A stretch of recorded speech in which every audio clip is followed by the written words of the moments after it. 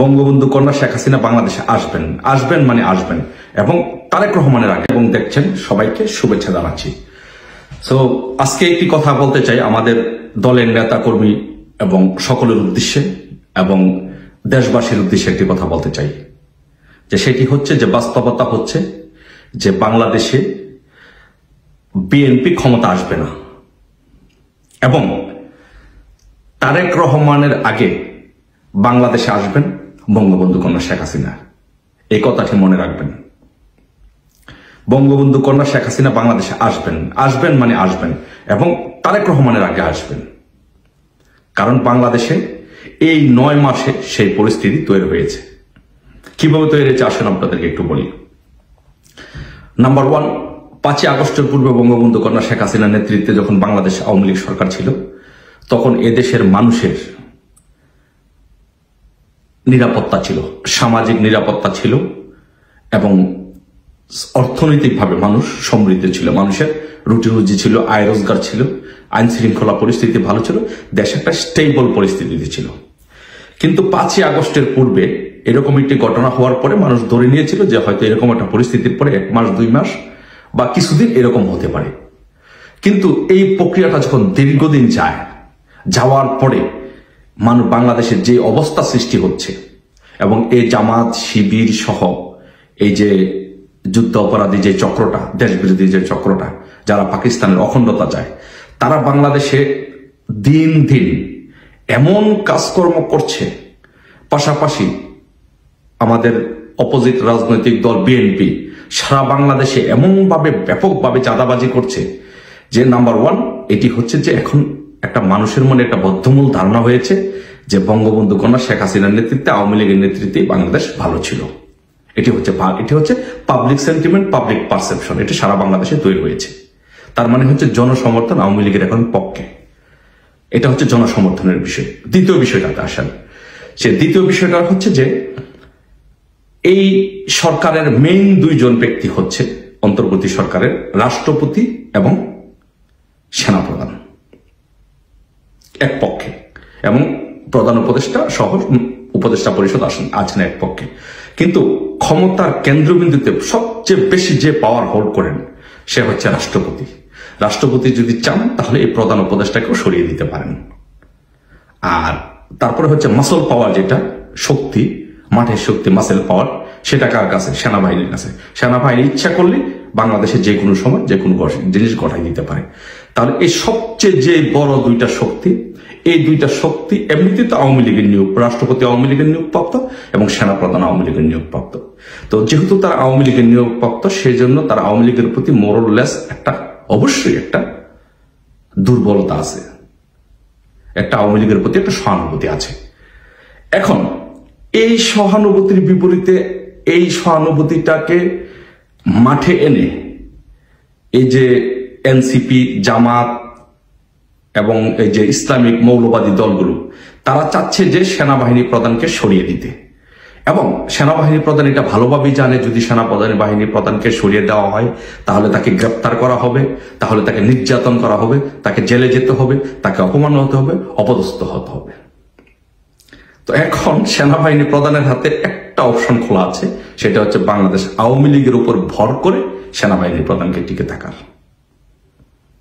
এবং রাষ্ট্রপতি যদি থাকতে চায় তাহলে রাষ্ট্রপতিকে বাঁচতে হলে একটাই পথ আছে তার কাছে। যদি যেমন রাষ্ট্রপতি হামিদের অ্যাডভোকেট আব্দুল হামিদ সাহেবের বিরুদ্ধে যেরকম হয়েছে, ওনার বিরুদ্ধে একই অবস্থা হবে। ওনাদের একটাই পথ হচ্ছে যে আওয়ামী লীগকে আঁকড়ে ধরে রাখা। এখন বাংলাদেশের সবচেয়ে যে বড় 2টা শক্তি, সেনাপ্রধান এবং রাষ্ট্রপতি, তাদের 2 জনের কাজ হচ্ছে আওয়ামী লীগকে আঁকড়ে ধরা, আওয়ামী লীগের কাঁধে ভর করে দেশটাকে রক্ষা করা এবং তারা নিজেরা রক্ষা পাওয়া। এই কারণে এখন বাংলাদেশের 2টা মেইন শক্তি, আপনারা দেখেন, একবার ভাবুন যে বাংলাদেশের 2টা মেইন পাওয়ার, একটা হচ্ছে মাসল পাওয়ার, যেটা মাঠ নিয়ন্ত্রণ করতে পারবে, আর একটা হচ্ছে এক্সিকিউটিভ পাওয়ার, যেটা কলমের খোঁচায় যা কিছু করতে পারবে। এই 2টা পক্ষই এখন, এই 2টা অংশই এখন আওয়ামী লীগকে ব্যাপকভাবে সমর্থন করছে। আওয়ামী চাচ্ছে যে এই দেশে আওয়ামী লীগ থাক। যদি আওয়ামী লীগ না থাকে তাহলে বাংলাদেশের অস্তিত্ব থাকবে না, স্বাধীনতা অস্তিত্ব থাকবে না, সার্বভৌমত্বের অস্তিত্ব থাকবে না, এবং তাদের নিজেদের অস্তিত্ব থাকবে না। তার মানে এখন হচ্ছে আওয়ামী লীগের জন্য মাঠে আসার সকল দুয়ার খোলা। যে কোনো সময় আওয়ামী লীগ মাঠে আসবে। আর বিএনপির যে অবস্থা হচ্ছে, যে বিএনপি এতদিন বসেছিল যে তারা আওয়ামী লীগ নির্যাতন করে, আওয়ামী লীগকে দূরে রেখে মাঠে চাঁদাবাজি করবে, দান্দাবাজি করবে, লুটপাট করবে, তারপরে যখন নির্বাচন হয় তারা ক্ষমতায় যাবে।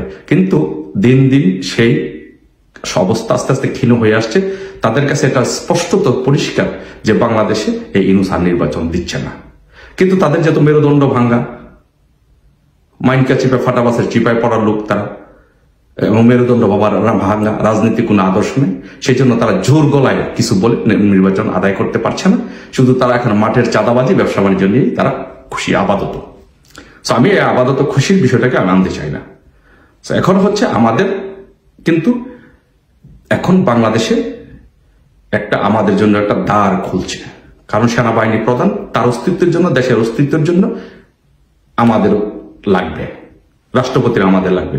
তাহলে দুইটা বড় স্ট্রাইকিং ফোর্সকে আমাদের পক্ষে। এখন আমাদের একটা জিনিস লাগবে, লাস্ট রিসোর্স যেটা, সেটা লাগবে, সেটা হচ্ছে আমাদের জনগণকে, আমাদের নেতাকর্মীকে। আওয়ামী লীগের 4 কোটি বাংলাদেশে, আওয়ামী লীগের মানুষ 4 কোটি মানুষ বাংলাদেশে আওয়ামী লীগের রাজনীতির সাথে প্রত্যক্ষ এবং পরোক্ষভাবে জড়িত।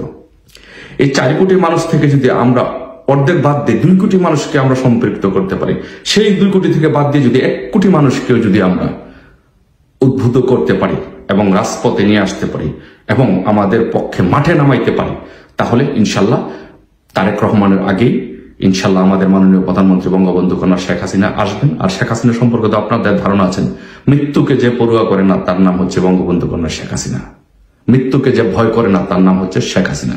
তো সেই শেখ হাসিনা বাংলাদেশে তারেক রহমানের আগে আসবেন, বাংলাদেশে আসবেন এবং আবারও বাংলাদেশের প্রধানমন্ত্রী হবেন।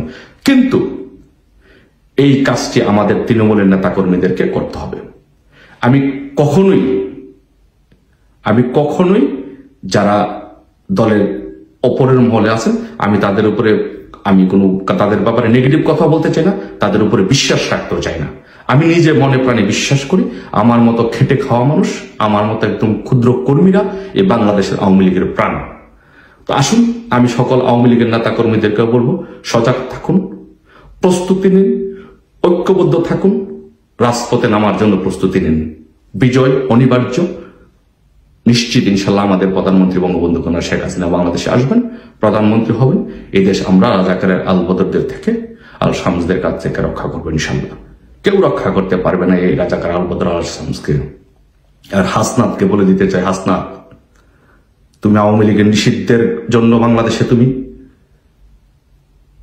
নেতৃত্ব দিয়েছ না?